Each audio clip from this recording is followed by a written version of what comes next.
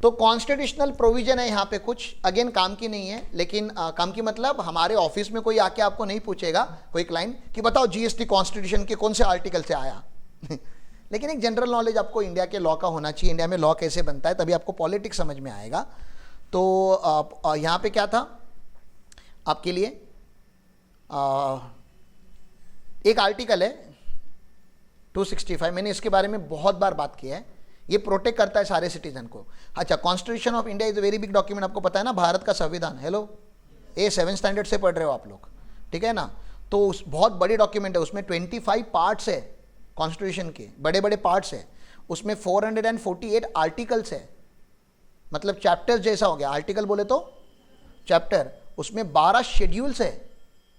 तो उसमें का एक आर्टिकल 265 हमें प्रोटेक्ट करता है, बोलता है no taxes shall be levied or collected in India, no taxes shall be levied or collected in India unless under the authority of law. मतलब जब तक एक्ट नहीं बनता तब तक आप टैक्स नहीं ले सकते। तो ये सीक्वेंस है, मैं इनकम टैक्स के ऊपर, इनकम टैक्स में इसके ऊपर ज़्यादा बात करता है, इसलिए यहाँ पे एकदम क्विकली बात कर रहा है। जब तक एक्ट नहीं बनेगा तब तक क्या नहीं लगेगा, रातों रात टैक्स, नया टैक्स नहीं आ सकता। बने बनाए टैक्स में मॉडिफिकेशन आ सकते हैं, उसको अमेंडमेंट बोलते हैं, लेकिन नया टैक्स नहीं आ सकता, नई गवर्नमेंट नया टैक्स। अभी महाराष्ट्र में नया गवर्नमेंट फॉर्म होने वाला है, ठीक है ना, इमीडिएटली कल उठ के नहीं बोल सकते कि हम नया लॉ लेकर आएंगे, दैट इज नॉट पॉसिबल, क्योंकि हमें आर्टिकल 265 प्रोटेक्ट करता है, no taxes shall be levied or collected India unless the authority of law. मतलब पहले क्या बनेगा, पहले एक्ट बनेगा फिर टैक्स लगेगा। फिर आपको क्या पूछना चाहिए, हमारे देश में एक्ट कौन बनाता है। आपके मन में सवाल देखो कैसे आना चाहिए, मैंने पहले क्या बोला, टैक्स लगने के लिए पहले क्या बनना चाहिए, एक्ट। तो आप मुझे पूछोगे ना सर, तो एक्ट कौन बनाता है, एक्ट सुप्रीम कोर्ट बनाता है, हाई कोर्ट बनाता है, गवर्नमेंट बनाता है, कौन बनाता है। तो एक्ट हमारी इंडिया में पार्लियामेंट बनाता है। कौन बनाता है, पार्लियामेंट। पार्लियामेंट मतलब कौन, एमपीज, एमपी मतलब कौन, मेंबर ऑफ पार्लियामेंट, जिसको आप वोट देते हो ना। हाँ, राज्यसभा के लिए एमएलए बोलते हैं, और सॉरी राज्यसभा बोलता हूँ, अपने संसद के लिए, संसद भवन के लिए, ठीक है ना, स्टेट लेजिस्लेटिव असेंबली के लिए आप एमएलए अपॉइंट करते हो। जो अभी इलेक्शन हुआ वो किसका था, अभी जिसका अभी रिजल्ट आया, और क्या किसको वोट दिया आपने, एमएलए के लिए। किसके लिए दिया, एमएलए, विधानसभा में जाके वो बैठेंगे हमारे, ठीक है ना। मतलब महाराष्ट्र के लिए कानून बनाने वाले लोगों के लिए आपने वोट दिया, तो आपने वोट दिया, याद रखो, आपने दिया है वोट, तो आपने जिसको जिताया वो जाके आपके लिए लॉ बनाने वाला है। तो it is not never law made by someone else for us, we are making law for ourself. हम हमारे लिए खुद के लिए लॉ बनाते हैं। हाँ, अभी आप लोगों को रोज रोज संसद भवन में नहीं बुला सकते ना, तो हमने क्या किया, हमारा एक मॉनिटर, हमारा एक लीडर, हमारा एक रिप्रेजेंटेटिव हमने अपॉइंट किया। अब उसका काम है वहां पे जाके ऐसे लॉ बनाए जिसमें हम सबका बेनिफिट हो, ना कि उसका खुद का। वो आपको पता है इंडिया में लेकिन कल्चर कैसा चलता है, मेजॉरिटी लोग अच्छे हैं पॉलिटिक्स में, लेकिन थोड़ी एक माइनॉरिटी है जो खुद का फायदा करती है, लोगों का नहीं करती। जो पॉलिटिक्स में जाता है उसको लोगों का भला करना चाहिए ना, हम लोगों का भला करना चाहिए ना, लेकिन वो भी लोग हैं, एंड मेजॉरिटी लोग वैसे हैं, माइनॉरिटी नहीं। Majority politicians are good politician. वो एक माइनॉरिटी पॉलिटिशियन का कम्युनिटी की पूरा नाम ही खराब कर दिया है। It's like majority Muslims are good, they are very good. Minority में कुछ लोग हैं जो पूरा कम्युनिटी का नाम खराब करते हैं। ये समझ में आ रहा है। तो उससे क्या हो जाता है ना, एक मार्केट में एक ऐसा हवा चल रहा है कि यार पॉलिटिशियन मतलब खराब, पॉलिटिशियन देश को बेच देंगे, पॉलिटिशियन ये करें। ऐसा नहीं होता। मुझे बताओ, पॉलिटिशियंस अगर नहीं होंगे तो देश कौन चलाएगा, स्टेट कौन चलाएगा। तो लॉ कौन, एक्चुअली लॉ कौन बनाता है, पॉलिटिशियन ही बनाते हैं। लेकिन कोई एक पार्टी नहीं बनाती, मुझे खाली वो बताना है आपको। खाली बीजेपी नहीं बनाती, खाली कांग्रेस नहीं बनाती, खाली राष्ट्रवादी नहीं, तो बहुत सारे पार्टी के मेंबर ऑफ पार्लियामेंट में बैठे रहते हैं। आपने देखा होगा वो संसद भवन, कभी तो देखा होगा टीवी पे, जहाँ पे बेंचेस बजाए जाते हैं। तो वहाँ पे बिल प्रेजेंट होता है। क्या प्रेजेंट होता है, बिल। और बिल के ऊपर वहाँ पे चर्चा होती है। और जब तक मेजॉरिटी लोग उस लॉ को अप्रूवल नहीं देते तब तक लॉ अप्रूव, बहुत बड़ी डिबेट चलती है, बहुत ज़्यादा डिबेट चलती है। तो ये डिबेट ना, जीएसटी की डिबेट ना पार्लियामेंट तक हमने पहुंचा ही नहीं। जीएसटी की डिबेट हमने ना पार्लियामेंट के बाहर ले ली। जीएसटी वाले बाप लोग हैं, जीएसटी जिसने लाया, मतलब, ठीक है ना। उन्होंने बोला जीएसटी की डिबेट अगर पार्लियामेंट में चली गई ना, खत्म हो गया, फिर लॉ चलेगा ही नहीं है, क्योंकि बहुत क्विकली लॉ चेंज होना था। तो इन्होंने एक नया सिस्टम लाया, बहुत ही इनोवेटिव सिस्टम है ना। Respect people who thought about it. इन्होंने बोला देखो पार्लियामेंट में पॉलिटिक्स लोग हैं, उनको पॉलिटिक्स करना है, आप अच्छा प्रपोज करो तभी भी उनको अपोज करना है, खराब प्रपोज करो तभी भी अपोज करना है।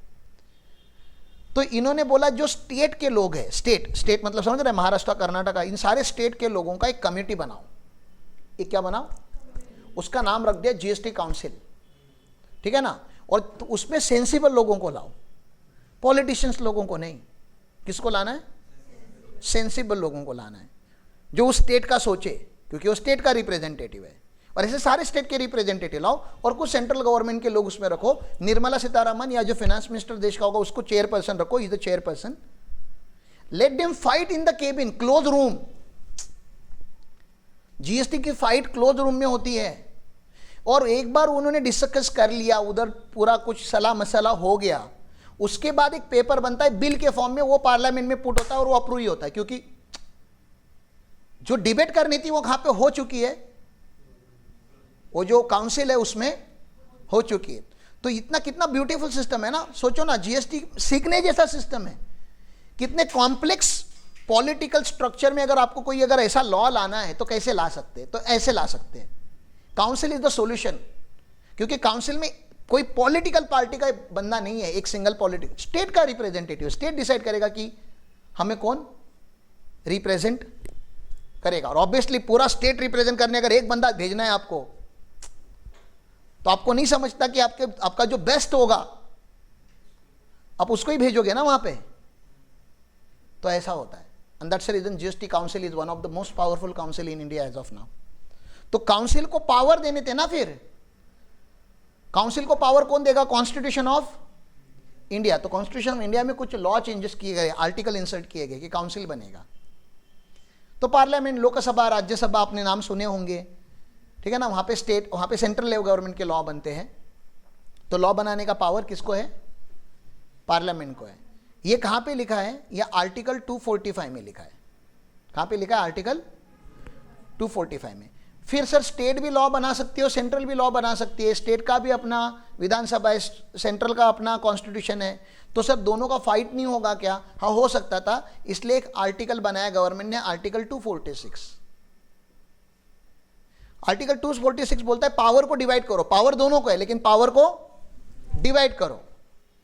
दोनों को सेम पावर नहीं। स्टेट भी इनकम टैक्स नहीं बनाएगा और सेंट्रल इनकम टैक्स नहीं बनाएगा। महाराष्ट्र गवर्नमेंट कंपनी एक्ट नहीं बनाएगा और सेंट्रल गवर्नमेंट भी कंपनी एक्ट नहीं बनाएगा। कंपनी का पावर सेंट्रल गवर्नमेंट को दे दिया तो सेंट्रल गवर्नमेंट को दे दिया। अभी महाराष्ट्र गवर्नमेंट उसमें इंटरफेयर नहीं करेगा, एज इट इज फॉलो करेगा। तो ये पावर को डिवाइड करने के लिए एक शेड्यूल बनाया गया। उस शेड्यूल का नाम है 7th शेड्यूल। कितने शेड्यूल है टोटल? 12 में का 7th शेड्यूल जो है एनेक्सर जैसा, उसमें पावर डिवाइड करके दी है। 7th शेड्यूल में 3 लिस्ट है लॉ की, list 1, list 2 and list 3। List 1 को हम बोलते हैं यूनियन लिस्ट, इसको स्टेट लिस्ट और इसको कंकरेंट लिस्ट, ऐसा कुछ बोला जाता है, ठीक है ना। यूनियन लिस्ट मतलब पावर किसको होगा?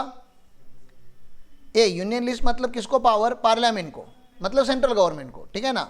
सेंट्रल गवर्नमेंट मतलब पार्लियामेंट, सेंट्रल लेवल के लॉ, ठीक है ना। स्टेट लिस्ट मतलब नाम से ही पता चल रहा है, स्टेट गवर्नमेंट के जितने भी लॉ बनते होंगे स्टेट लिस्ट के थ्रू बने होंगे, ठीक है ना। इसमें पावर है स्टेट लेजिस्लेटिव असेंबली को, एसएलए बोलते हैं हम लोग, मेंबर ऑफ लेजिस्लेटिव, एमएलए बोलते हो ना आप लोग। एमएलए का फुल फॉर्म क्या? Member of legislative assembly. Assembly तो समझ में आ रहा है, असेंबली मतलब साथ में आए, मेंबर मतलब समझ रहे कि वो मेंबर है। तो बीच में जो वर्ड है वो क्या है? लेजिस्लेटिव। तो लेजिस्लेचर कौन होते हैं? Legislatures are people who create legislation. Legislature are people who create legislation. और क्योंकि एक बंदा नहीं होता, एक कम्युनिटी होती है, एक टीम होती है, तो इसलिए उसको लेजिस्लेटिव काउंसिल बोला जाता है या लेजिस्लेटिव असेंबली बोला जाता है। ओके, लेजिस्लेशन मतलब लॉ, लेजिस्लेचर मतलब लॉ मेकर। ओके, तो ये ऐसे यहां पे चलता है। तो यहां पे कॉन्स्टिट्यूशन के बारे में बहुत कुछ लिखा गया है। आर्टिकल 265 दिख रहा है आपको यहां पे? क्या इंपॉर्टेंट है? आर्टिकल 265 हमें प्रोटेक्ट करता है। No tax shall be levied or collected except by authority of law. मतलब इसका मतलब क्या होता है कि पहले क्या बनेगा? एक्ट, बाद में क्या बनेगा? टैक्स, ठीक है ना। टैक्स, डायरेक्ट टैक्स, ऐसा नहीं कि टैक्स लेना चालू कर दो बाद में एक्ट लगा दो, बनाओ, ऐसे नहीं चलेगा। पहले एक्ट बनाओ। और एक्ट बनाना इंडिया में आसान है कि डिफिकल्ट है? बहुत डिफिकल्ट है, क्योंकि एक्ट कौन बनाता है? गवर्नमेंट। सुप्रीम कोर्ट नहीं, पार्लियामेंट में आता है। और पार्लियामेंट में कौन से लोग हैं? पॉलिटिकल लोग हैं, सारे पॉलिटिकल पार्टी के, सारे स्टेट के रिप्रेजेंटेटिव है। एक यूनानिमस ओपिनियन पे पहुंचना, एक मत होना वहां पे बहुत डिफिकल्ट है। अगर आपने पार्लियामेंट का अगर कोई भी अगर मीटिंग या असेंबली देखा होगा तो, ठीक है ना। अभी अदानी के ऊपर चर्चा चालू, एकदम जोर जोर से चिल्ला रहे, बैठने नहीं दे रहे, पार्लियामेंट का सेशन ही नहीं चालू हो रहा है। सेशन चालू हो रहा है, यहाँ पे नारे लगाए जा रहे हैं।